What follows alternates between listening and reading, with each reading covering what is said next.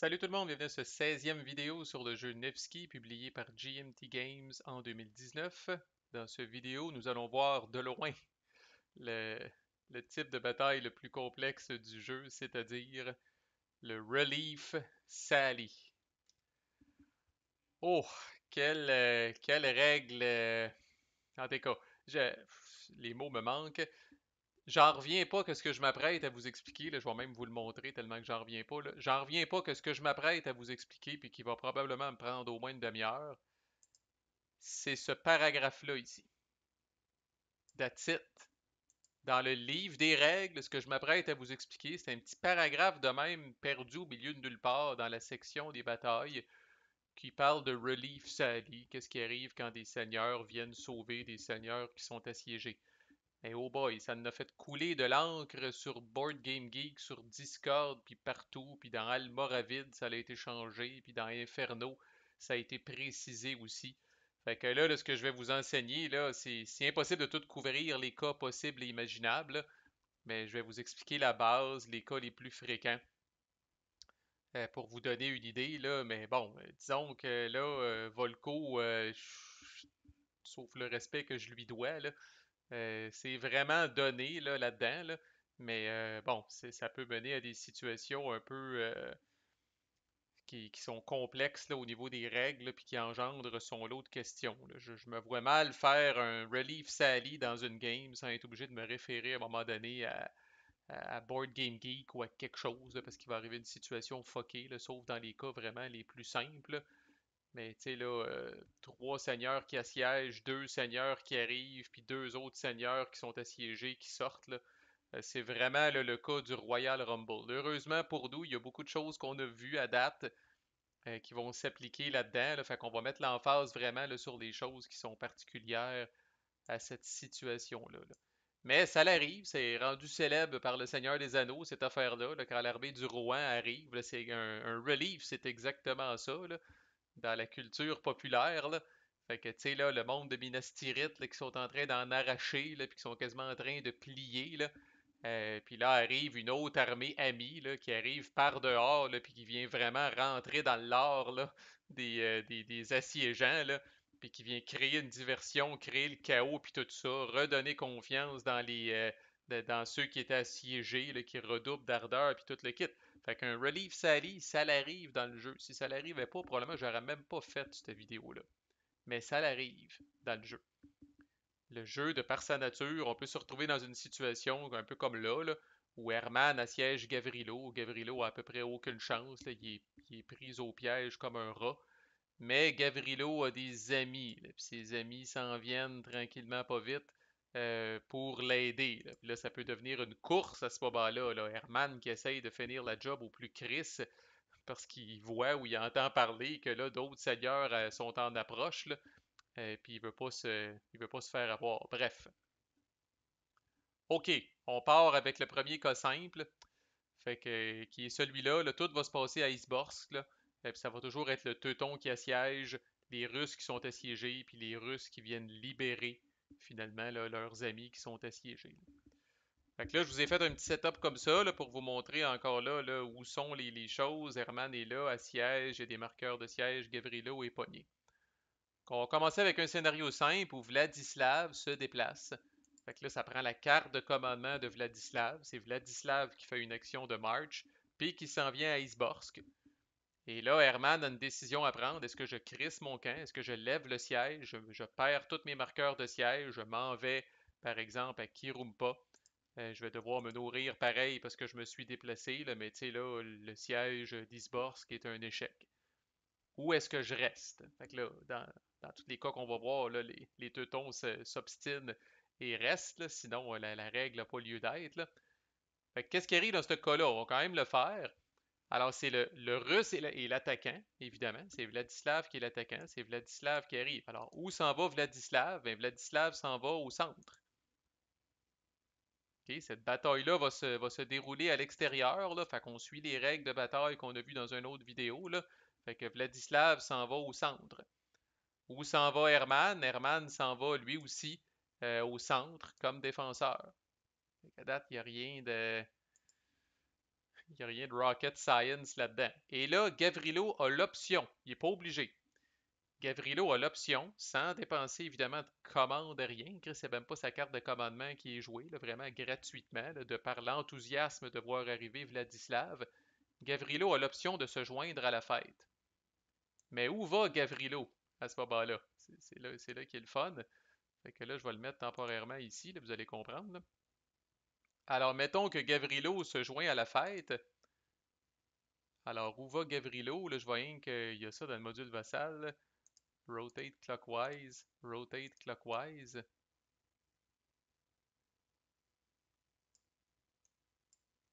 Alors là, on se retrouve dans une situation comme ça. Là.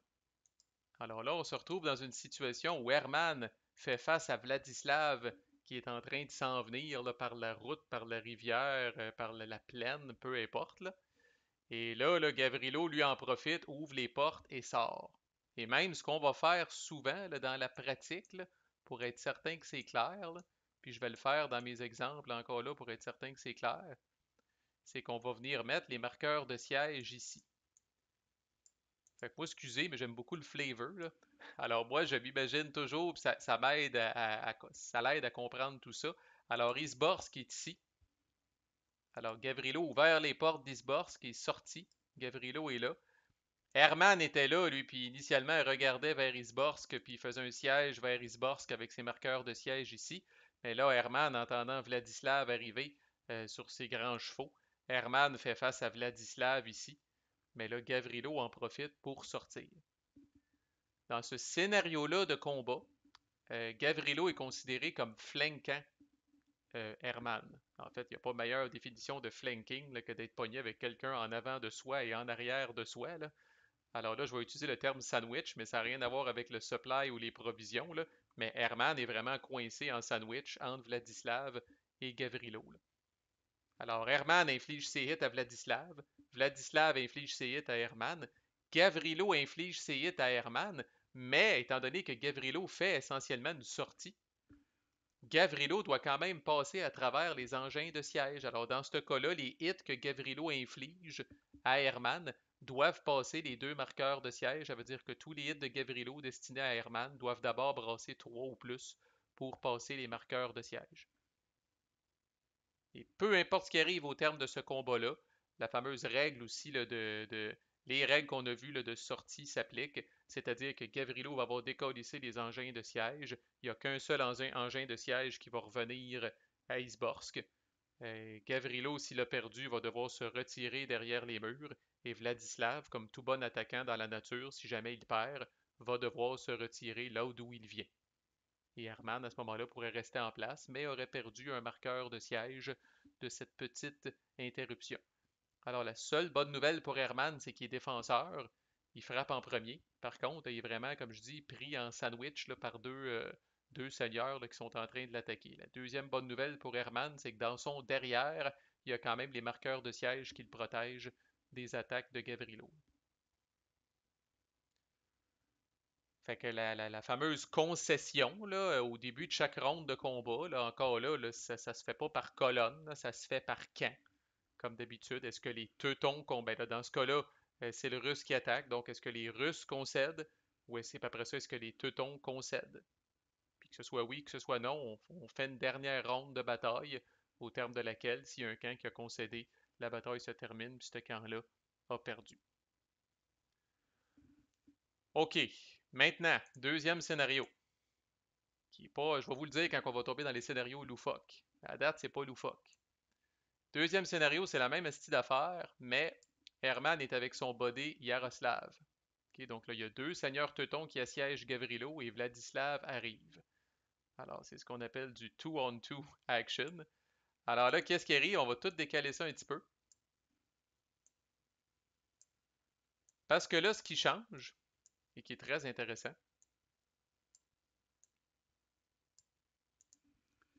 là, le teuton a une décision à prendre. OK? Fait que, il doit placer un lord au centre, ça, il n'y a pas le choix. Logiquement, il va mettre son lord le plus fort. On présume qu'il va mettre Herman. Mais où crisser Yaroslav? Alors, il peut le mettre comme dans une bataille standard. Il peut décider de le mettre à gauche ou à droite. Puis à ce moment-là, Yaroslav va flanquer Vladislav va combiner ses hits avec Herman sur Vladislav, ou le Teuton peut décider de venir mettre Yaroslav ici. Et là, c'est là qu'on se retrouve avec un scénario relativement complexe là, à quatre colonnes, là, si on veut. Là. Fait que je vais traîner Yaroslav, je vais le rotater counterclockwise si mon sens de l'espace est bon.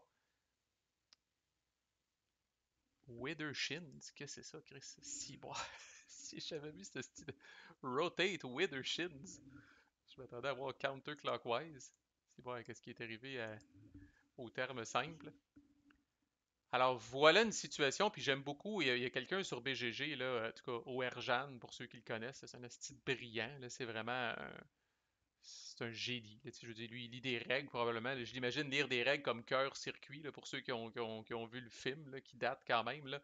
Mais c'est l'impression que c'est un robot aussi qui lit les règles, ça y rentre en tête automatiquement. Mais encore là, pour compréhension, j'aime beaucoup la façon que lui a expliqué ça. Essentiellement, on se retrouve avec deux batailles dos à dos. OK? Alors, dans le coin gauche, nous avons Yaroslav qui affronte Gavrilo. Et Yaroslav bénéficie de la protection des marqueurs de siège. Et dans le coin droit, nous avons Herman qui fait face à Vladislav. Et tant que cette situation-là persiste, là, ben c'est une affaire là, de 1 contre 1 d'un côté, puis de 1 contre 1 de l'autre. OK? Et là, on complexifie un petit peu plus. Fait que là, on présume que, en fait, Alexander lui-même, pourquoi j'ai pris lui? Parce que pour que ça arrive, il faut que ce soit un maréchal. J'aurais pu faire une paire de lieutenants puis tout ça, là. Mais là, on suppose le même principe, là. Mais là, Alexander est arrivé avec Vladislav lors d'une commande pour venir relever ces gens-là. OK? Fait que ça change pas tant de choses que ça, là. Mais encore là, le Russe étant l'attaquant, là, viens-t'en, Alexander, on t'abette en bas, là. Le Russe étant l'attaquant, ben là, Alexander s'en vient ici. Et là, je vais rotater Wither Shins. Si je vais looker ça up après, c'est sûr. Alors là, Vladislav fait son setup. Bon, là, peut-être même qu'il aurait mis, ouais, logiquement, là, il aurait mis le big guy au centre. Alors Alexander s'en vient au centre, flanqué de Vladislav. Et là, malgré cette situation-là, la seule obligation du défenseur est de remplir la position du centre. Il peut faire ce qu'il veut avec Yaroslav. Il aurait pu décider de le mettre devant Vladislav. S'il décide de le mettre à droite, il doit le mettre devant un lord qui attaque. Ça ne change pas. Fait qu'il aurait fallu qu'il le mette devant Vladislav. Puis là, ça devient encore là, du tant que la situation demeure une situation Yaroslav contre Vladislav, Herman contre Alexander. Mais là, si le teuton décide de faire ça, ben là, à ce moment-là, Gavrilo est vraiment dans le derrière de Herman. Et Gavrilo est considéré comme flanquant Herman et Yaroslav, mais doit quand même passer les engins de siège pour faire ses hits. OK? Mais là, ce qui est intéressant encore là, il y a une décision à prendre du teuton. Qu'est-ce que je fais avec Yaroslav à ce moment-là? Il n'est pas obligé. Je ne l'ai pas mentionné dans le dernier vidéo parce que dans une bataille en nature, Lord contre Lord, on n'a pas vraiment de but de garder des seigneurs en réserve comme ça. Là. Mais mais dans cette situation-là, le joueur teuton peut décider est-ce que Yaroslav fait face à Gavrilo ou est-ce que Yaroslav fait face à Vladislav. OK? Je dis réserve parce que dans les règles, ce que ça va vous dire, c'est que le défenseur, après avoir comblé le centre ici, là, les autres seigneurs vont en réserve, puis si les seigneurs ne sont pas setupés sur cette ligne de front-là, là, et les seigneurs qui s'en vont en réserve, c'est eux qui font face aux attaquants qui font une sortie. Puis là, évidemment, ben, ça peut se complexifier encore plus. Alors, Knud et Abel pourraient être là aussi. Alors, même affaire, mais Knud et Abel est là. Alors là, c'est le teuton soudainement qui se retrouve avec un petit peu plus de flexibilité. Fait qu'une fois qu'il a vu comment le Russe se place, ok, tu mets Alexander ici, tu mets Vladislav là, bon, ben, je vais mettre Herman en avant d'Alexander, je vais mettre Yaroslav en avant de Vladislav, puis il me reste encore un seigneur pour faire face à Gavrilo. Fait que, tiens, je vais venir mettre Knud et Abel ici. Puis là, on redéplace les marqueurs de siège là pour se rappeler où ils sont. Puis là, ben, là, ce n'est pas tout. C'est pour ça que je disais, là, on peut pas tout faire les possibilités parce que Chris, il y en a en cyber. Mais Dommage aurait pu être assiégé avec. Là, à ce moment-là, on se transporte à Pskov, peut-être, là, parce que mais pas peut-être, là, il faut, parce que la capacité d'Isborsk n'est pas assez grande. Mais si le combat se passe à Pskov, fait que si on a une situation de même, là encore là, je vous réfère au. Là, on commence à tomber dans les scénarios un peu là, de licorne, de fées et de farfadet puis d'arc-en-ciel. Là. Mais là, on est à Pskov, il y a trois seigneurs teutons qui sont là, deux seigneurs russes sont assiégés et deux seigneurs russes s'en viennent pour les libérer. Là, on a sept seigneurs sur les 12 qui sont théoriquement possibles d'avoir en même temps, qui sont physiquement à la même place. Ok? C'est un peu débile, là, mais c'est possible. Donc là, on assume un scénario comme ça. Alors là, qui se joint à la fête, c'est dommage, je m'en gagne avec lui. Fait que viens-t'en, mon homme, mais lui, derrière les murs. Fait qu'encore là, lui, il sort, dans le fond, il sort avec Gavrilo. Fait que lui, il peut se placer comme ça, là. Là, à ce moment-là, et là, ça commence à être tough pour le teuton. Encore là, il est obligé de remplir le centre face aux attaquants qui arrivent, là. Mais avec le reste, il fait ce qu'il veut, là. Il aurait pu mettre Yaroslav même ici. Il aurait pu mettre deux, s'il a confiance en Herman, il aurait pu mettre deux de ses seigneurs ici là, pour faire face. Puis là, ben, les marqueurs de siège sont ici. Là. Même si on est dans une situation, par exemple, Yaroslav est là, même si on est dans une situation où Dommage flanque Knud et Abel, c'est pas grave, les marqueurs de siège sont ici. Là. Knud et Abel peuvent profiter des marqueurs de siège pour essayer de shielder les attaques à la fois de Gavrilo puis de Dommage. Là. Ça commence à être tough, mais conceptuellement, imaginez deux batailles qui se déroulent vraiment dos à dos. Puis ça va relativement bien, au moins pour faire le setup initial. Là, après ça, on va voir, tu sais, bon, il y a des différents scénarios qui arrivent, là, mais ça, c'est probablement le cas le plus complexe. Dans les faits, ça arrive-tu? Ben, oui, ça arrive. C'est quand même intéressant, là, pour un. On est toujours stressé. Euh, je parle souvent du teuton qui assiège parce qu'au début de la game, c'est lui, là. Mais on a toujours une pression comme teuton de finir la job à un moment donné. Là. On ne peut pas s'éterniser dans une situation de siège là, où est-ce que tranquillement, pas vite, on amène les marqueurs de siège puis on étale ça sur trois, quatre tours. Si vous voyez un, puis pire encore, deux seigneurs russes qui s'approchent, puis qu'il y a un seigneur qui est assiégé, puis que vous êtes tout seul dehors, Chris, vous allez manger une volée, là. Vous allez manger une volée, dépêchez-vous de finir la job, là, c'est urgent. Là. Évidemment, on n'est jamais obligé de manger une volée. T'sais, dans toutes les situations que j'ai parlé, nos seigneurs teutons qui sont en train d'assiéger là, auraient pu dire Oh boy, Alexander lui-même arrive avec Vladislav, puis j'en ai deux qui sont dans la place forte. No way, on va manger une volée, fait qu'on s'en va. Mais c'est pas une situation souhaitable. Si vous avez investi dans un siège, c'est pas une situation souhaitable d'avoir à crisser votre camp parce que vous avez mal planifié vos affaires. Fait que ça arrive, peu importe le camp, là, qu'on menace d'aller libérer un seigneur qui est assiégé, là, ça l'arrive. Bon, comment ça peut évoluer, cette espèce de patente-là? Là? Bon, ben, si, imaginez que ce sont les, par exemple, là, Gavrilo et Domash là, sont mis hors combat par Knud et Abel. Ben, ce qui va arriver, c'est à la ronde de combat d'après, ben, évidemment, là, Knud et Abel va pouvoir venir prêter main forte à Herman et Yaroslav là, contre ceux qui restent ici. Là. Fait que dans ce cas-là, si ça n'a pas changé, ben Knud et Abel pourraient s'en venir à droite, puis venir flanquer Alexander, combiner ses hits avec Herman. Là. Fait que dès qu'il y a une de ces colonnes-là, entre guillemets, là, qui implose, ou dès qu'il y a une de ces colonnes-là qui se dissout, ben là, évidemment, là, à la prochaine ronde de combat, là, quand on tombe dans ce qu'on appelle le reposition, on repositionne nos forces. Là. Et c'est là que c'est important de voir Knud et Abel comme étant en réserve à ce moment-là. Il est considéré en réserve. Fait que quand on va arriver dans le reposition, il y a deux étapes. Ça dit, bon, y a-tu du monde en réserve qui peuvent avancer? Oui. Puis il faut toujours, là, ça c'est la deuxième étape, combler le centre. Dans ce cas-là, Herman est encore là. Fait que c'est pas un problème. Là, ben, les marqueurs de siège temporairement pour ce combat-là ne servent plus à rien. Et je répète, même en cas de défaite cuisante des Russes, ça leur a au moins servi à éliminer un marqueur de siège dans ce cas-là. S'il y avait eu quatre marqueurs de siège, je répète, là, dès qu'il y a une sortie, ils viennent tout décolisser les engins de siège, puis on retombe à un.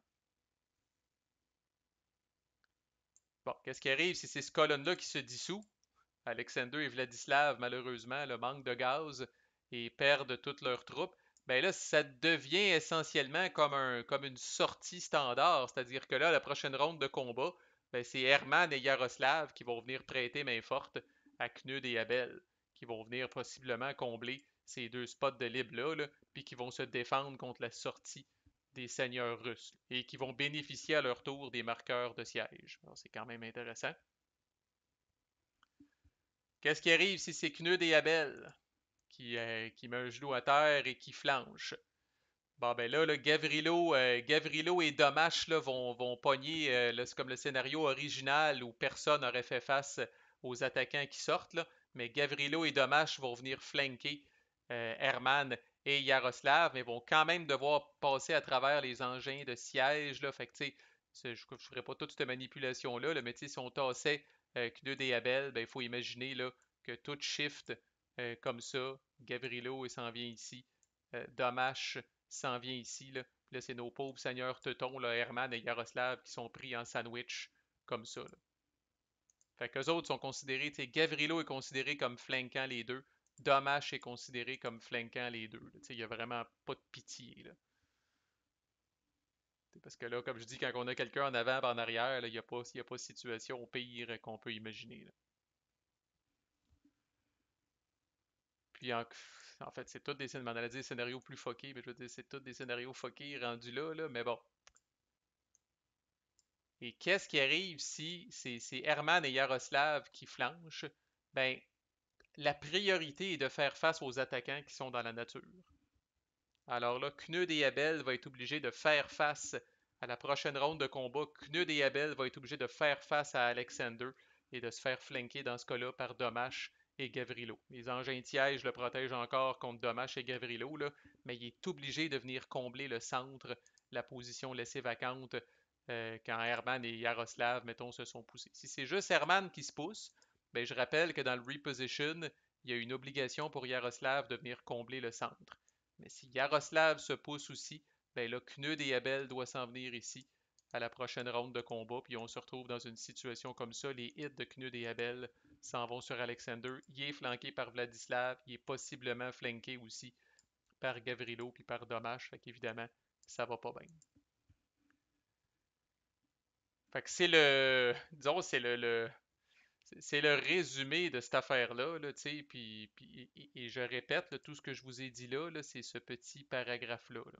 Fait que la plupart du monde, quand ils ont lu ce paragraphe-là, ils ont dit « Ah, cool, je comprends. » Puis là, tu arrives en pratique dans des scénarios comme ça, là, puis là, tu relis le paragraphe à peu près 20 fois, parce que tous les mots sont importants dans les règles de Volco. Fait que tu relis ça 20 fois, puis tu check. Puis là, maintenant, tu t'en vas sur BGG, là, puis là, tu fais une recherche sur Relieve Sally, là, puis tu vois qu'il y a genre 50 threads, là, j'exagère, là, mais il y a beaucoup de questions. Là. Puis ça, c'est tout ce qu'on voit pas qui est sur Discord, parce qu'il y a un channel Discord pour le système Levy and Campaign, fait qu'il y a dû y avoir des questions à l'infini sur cette mécanique-là. Au final, une fois qu'on la comprend comme ça, là, puis une fois qu'on la visualise vraiment là, comme étant quasiment deux batailles indépendantes qui se déroulent dos à dos, je dois dire que ça va assez bien. Là. Puis dans les faits, les scénarios des trous, tu sais, quand il commence à avoir des trous, là, il y a un camp qui va concéder. Là. Vous ne vous rendrez pas nécessairement dans les scénarios que j'ai parlé, là, parce que quand il y a des seigneurs qui commencent à mettre un genou à terre, là, puis à être en déroute, là, puis à faire des trous, là, ben, le camp qui est dans le trouble, s'il est wise un peu, là, va concéder la victoire. Là.